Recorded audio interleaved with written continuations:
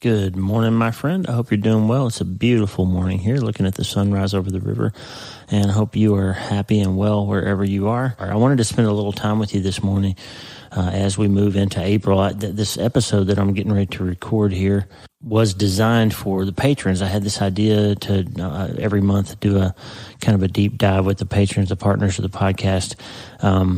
But this message has been kind of sitting with me for a few days as I've been putting it together, and I realized you need to hear this. Everybody needs to hear this. So this is not something that I just want a few people to hear. So patrons, you'll be getting your special monthly episode in a day or two. But this one needs to go out to you, my friend, to everybody, but especially you if you're hearing me right now, or since you are hearing me right now. I want to get one thing in front of you this morning, really short little idea.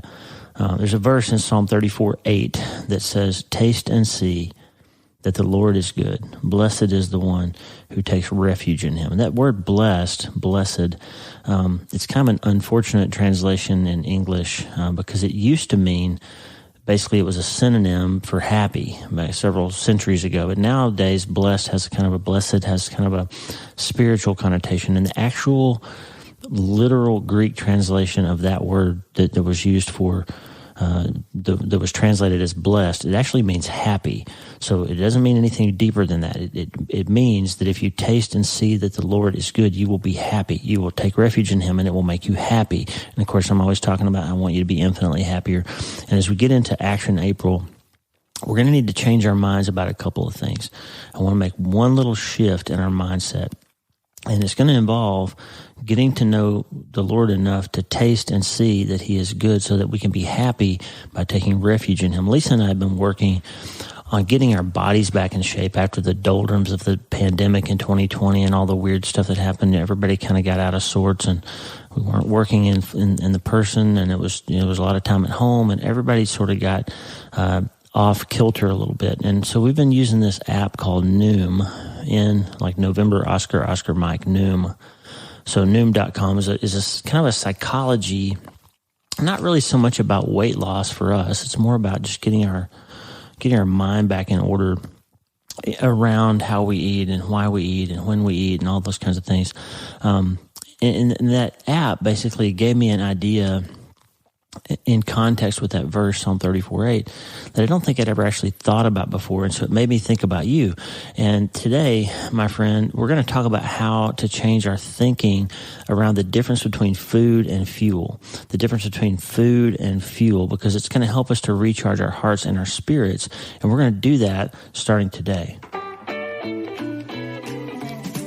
Hey, I'm so glad to have you listening. I'm Dr. Lee Warren, and I live in Nebraska in the United States of America with my unbelievably beautiful and brilliant wife, Lisa Warren, and the super pups, Harvey and Lewis, who have some sort of dead animal bone in their mouth right now they're playing with outside.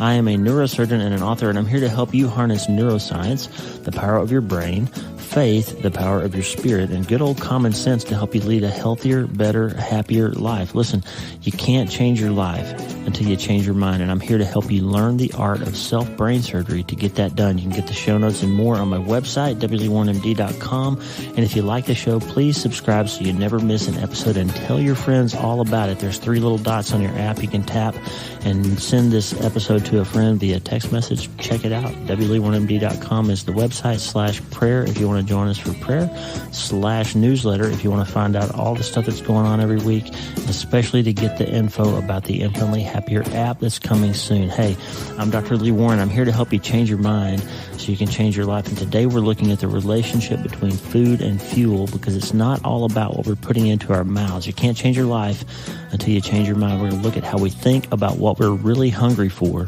starting today.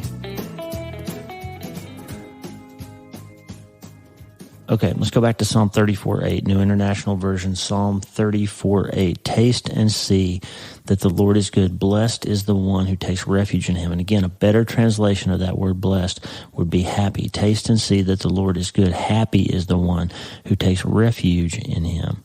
Now, I told you about Noom. We've been using this Noom app. Noom is where I got the clarity of thinking about food as being fuel.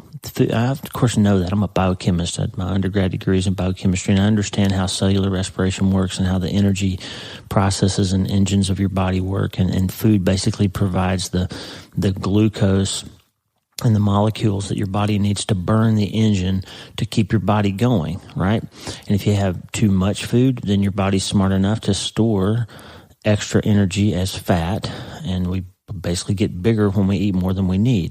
And so when you eat less than you actually have to run those processes, or when you exercise and burn off additional calories, then guess what? You lose weight. It's not rocket science. It's not even brain surgery. It's just basic biochemistry that if you put more into your body than your body needs, you will store it. And that storage mechanism, unfortunately, is fat. And if you burn more than you intake, then you will lose fat, because you have to if you're not getting enough glucose in your mouth, then your body will switch a process called ketosis on, and that process of ketosis is what turns fat back into fuel, and you burn fat off your body in order to mobilize glucose to keep your brain going and the rest of your organs going. So it's a very simple process of biochemistry, and it doesn't matter about your glands or your hormones or your genetics or any of that. The fact is, if you get your calorie and exercise balance right, you will lose weight. There's no way around it. It's a biochemical fact. And so when you start thinking about food as fuel and not as some of the other things that we use food for, like comfort or eating out of boredom, or what they call fog eating and noom, which is where you basically eat a whole bunch of stuff while you're watching television, or you eat a whole giant thing of popcorn while you're watching a movie. You don't even think about it. You're just sort of in a mental fog. Or a storm eater is where you're basically stressed out about something and you start eating a whole bunch of stuff because you don't want to think about what you're stressed out about, right? And we've all done that, or maybe all of us have. Some of us have. I have. So the biochemistry of energy and cellular respiration, as I told you before, is that food gives us the fuel for our body's processes. And so if you can switch your thinking away from using food as a surrogate for something else and use it instead as a fuel for the processes that your body needs, then you can actually just do a little bit of research and figure out that for your age and your size and your activity level, you need a certain number of calories every day to maintain a baseline. And if you maintain that baseline, you maintain a stable weight. If you go below the baseline, you will lose weight. If you go above it, you will gain weight. And once you start to understand that, then you can really start to get things in order. But the psychology of eating that Noom helps us figure out is to understand why we make some of the choices that we make, or more importantly, sometimes why we do things without actually making choices or thinking about them, because food's just in our way. We have a bag of Cheetos in the drawer, and we just reach for them when we're stressed, but we do that because they're there, number one, and also because we don't think about a better way to manage that stress. Okay? So here's a biochemical fact for you. It takes about 500 calories a day of deficit to produce 1 pound of weight loss per week. In other words, if you add up all the food that you intake and you subtract all of your baseline metabolic rate and how many calories you burn in a baseline, and then you subtract calories that you burn in exercise, if that number is less than 500 a day, you're going to maintain or gain your body weight. But if you burn off if you have a 500 calorie a day deficit, in other words, if you're burning more than 500 calories a day excess, then you're going to lose a pound a week. There's no way around it. It doesn't matter how slow you think your metabolism is. If you get that number down to 500 in the hole, you're going to lose weight. It's as simple as that. But here's the thing. We often eat, as I mentioned, because of all kinds of reasons other than the one reason we need to eat, which is that we're hungry, because we need fuel, because food means something to us, or we use it as a surrogate for something else. Now, it's not just food. We use all kinds of things as surrogates for something else. When we have pain in our lives, we often cover that pain with something else: food, alcohol, sex, spending, gambling, relationships, whatever. We put something else in our mind, in our brain, television. So we do that so that we don't have to think about the thing that's hurting us. Here's an example of the people. Some people have a healthy relationship with alcohol, and they like to collect wine, right? They have a cellar full of old vintage wines. Well, maybe you've got a refrigerator full of wine, but if you don't have a bottle of wine in your refrigerator that's more than a year old, You're not a collector. You're a drinker. Get that balance right in your mind. If you are a person who understands money and how money works, and you understand the difference between an asset and a liability, and you become a good investor, you can turn money into something good, and you can use it for the kingdom, or you can use it to help your family. But if you don't understand all those things about money, and you just consume it, and you use it to buy things, and you use it to make yourself feel better by purchasing things on Amazon, then you're a spender and you're not an investor. And that balance is wrong. And you're using money as a surrogate to not think about some things and think about other things instead. Work can be an example of that. Some people work and have a healthy relationship with their work and a good work-life balance, and other people work all the time so they don't have to go home and deal with that relationship that's problematic, or they work all the time so they don't have to feel bad about themselves for something else. They become workaholics, and work becomes a surrogate to a pacifier to cover something else that they don't want to deal with. People who have multiple sexual partners because they don't want to actually have a real relationship, or they don't want to deal with the relationship, the one relationship that they're supposed to have. So, kind of a man about town instead of a person with deep commitments and lasting, true, connected romance that you're supposed to have with your lifetime partner. So all those things can be surrogates or substitutes for the thing that you're really hungry for. You're covering something that you need with something that you think you want in the short term. Or you're covering pain that you don't want to process with something that makes you think you feel better for a little while, instead of finding something that actually fixes it or makes you feel better forever. Watching a little television in the evening to relax is fine. If you've had a stressful day and you want to turn on and watch an episode of something, that's not a problem. But binge watching 12 seasons of Bones while eating an entire bag of Dot's cheese puffs that you impulse bought while checking out at Ace Hardware and discovered they were so much better than Cheetos, not that anybody's ever done that, that might be a problem, right? And Brené Brown wrote an amazing book called Daring Greatly. And she talks a lot in that book about what she calls numbing. We talked about that a minute ago. But numbing behavior is basically when you use something to numb yourself, like giving yourself a shot of lidocaine to numb your skin so that you don't feel the pain of the injury that you have. Numbing is when you use something to numb your brain, to take away the pain of a hard day or a hard life, like fog eating, like addictions to alcohol or gambling, or anything that we use as a surrogate so we don't have to feel the thing that we're not wanting to deal with. And she wrote this amazing paragraph right here. This is really what I want to get to today. She said, Brené Brown, in the book Daring Greatly, said this: "We may not do it compulsively or chronically, which is addiction, but that doesn't mean that we don't numb our sense of vulnerability. And numbing vulnerability is especially debilitating because it doesn't just deaden the pain of our difficult experiences. Numbing vulnerability also dulls our experiences of love, joy, belonging, creativity, and empathy. We cannot selectively numb emotion. You numb the dark, and you also numb the light." And that, friend, that's the one and only point that I want to make to you today. Surrogates are for suckers. When we numb the dark stuff that you don't want to deal with today, it's still there tomorrow. And now you feel bad because of whatever you ate or drank or did last night. Lisa and I call that the tomorrow tax. And you still have the problem that you tried to numb yourself from. So it's a double whammy. You don't feel the pain tonight, but you still feel it tomorrow because you didn't fix the thing that you were trying to numb yourself from. But you also don't remember what you did, can't find your keys, you don't know where you parked your car. You've got a problem today that you're paying for because of what you did yesterday, and you still have the original problem. So numbing is dumbing. Numbing is stupid. So the secret to getting food under control in your life, for example, is to make a mental switch from stop thinking about food as comfort, as joy, as satisfying some emotional place, from not thinking about it and snacking or mindlessly piling calories into your body, and switch that to thinking about food as fuel. Your body needs a certain amount of calories to maintain those metabolic processes, and if you give it the fuel it needs and not excess, then you get things in balance. You'll start thinking differently about the choices you make around food, and you can have rewards and treats and desserts and extras sometimes in healthy ways, but you put them in the right balance because now you're thinking clearly about food. You got it in the right mindset. And as applied to numbing behaviors, we need to make a switch to vulnerability and wisdom, away from surrogates and tomorrow taxes. You can go ahead and let yourself feel the pain and process it and find the fuel you need to burn it. And I'll tell you what, the fuel is Jesus. He can help you harness that pain and make it work for you, to motivate you and make changes in your life, to help others and find gratitude. And I go back to Psalm 34:8. Taste and see that the Lord is good. Blessed, happy is the one who takes refuge in him. When you numb, you can't be selective.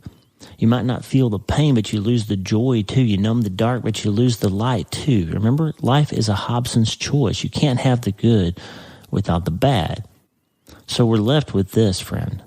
On this beautiful Saturday morning, we are left with this. You want to balance your body, you got to learn to see food as fuel. You want to settle your spirit, you have to learn to eat what you're really hungry for. The bread of life, the living water, the good stuff God offers us that won't rot or fail or make us diabetic or fill us with regret that we have to deal with tomorrow. If you're not a spiritual person, put this in a context of understanding what I'm talking about. There's something that really will solve your pain problem. There's something that really will cover up the issues that you're dealing with and heal them. But it's not found in a bottle, and it's not found in a bag of yellow imitation cheese puffs. It's not found there. You got to deal with it on a spiritual level and figure it out. I think that's Jesus to me. Find what it is for you, and I would encourage you to join us in the John to Know, James to Grow Bible study. If you've never learned who Jesus is, just trust me enough to walk down that path with us. I'll put a link in the show notes for you. But in my opinion, the bread of life, the living water, the good stuff that God offers us that won't kill us, won't make us fat, won't make us regretful about yesterday, that's found in Jesus. And it's good for your brain too, by the way, because when you get your spirit right, your brain chemistry gets better. There's no tomorrow tax with Jesus. There's abundance and peace and joy, and your brain chemistry improves when you fuel your body with the good stuff and when you learn to think more clearly about what food is for and what it's not for. You see, we need to use the things that God made, food, drink, sex, money, all the tools. We use them as gifts and tools that he made them to be.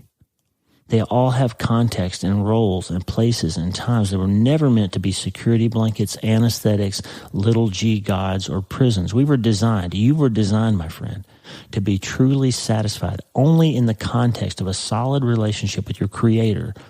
And all the good things in life make us happier when we use them in their proper and balanced times and places. Whenever we use them as numbing agents or as anything else, they hurt us, they leave us empty, and we find ourselves still hungry. We need fuel for our hungry souls. We need to taste and see that the Lord is good. We need to be vulnerable enough to admit, at least to yourself, at least to me and my God and you and your God, be vulnerable enough to admit what it is that we're using to try to numb the pain. If you look at that question, really dig into it and start trying to put that thing back where it belongs and let the heart surgeon, the great physician, help you heal it instead of just managing it. Go back and listen to season 2, episode 9, Managing or Changing, for more on that. If you let the great physician do that, you will start to feel better. And you'll understand what he means when he says taste and see, and you'll be happy. It's time to stop numbing yourself, friend. It's time to go fill up on the only fuel that will really make things better. It's time to taste and see, and it's time to start today. Hey, thanks for listening. The Dr. Lee Warren podcast is listener supported. Check out patron.podbean.com/Dr. Lee Warren, patron.podbean.com/Dr. Lee Warren. Patrons and partners get episodes, extra episodes every month, free books, transcripts, partner-only episodes, all kinds of good stuff. Partners like you allow us to stay ad-free and keep growing. Hey, go to my website, wleewarrenmd.com, for more information about my newsletter on wleewarrenmd.com/newsletter. You find out about my show, my books, and more. You'll get information about the Infinitely Happier app that we're coming out with. You're going to love it. But it's invitation only at first, because we want to give the community a chance to grow up in a healthy way. So we're going to start by only inviting newsletter subscribers. So check it out. Also, don't forget to go to wleewarrenmd.com/prayer if you want to join us in this amazing prayer community that has sprung up all over the world. People are praying for each other, helping each other, encouraging each other. wleewarrenmd.com/prayer. If you only have time to do one thing today, do that. wleewarrenmd.com/prayer. Hey, The theme music for the show is Water into Wine by Tommy Walker, graciously provided for free by Tommy and the good people who are changing the world at Tommy Walker Ministries. Get the music for free and consider supporting Tommy's great work at TommyWalkerMinistries.org. Remember, you can't change your life until you change your mind, and you have to start today. I'm Dr. Lee Warren. I'll talk to you soon. God bless you. Have a great day.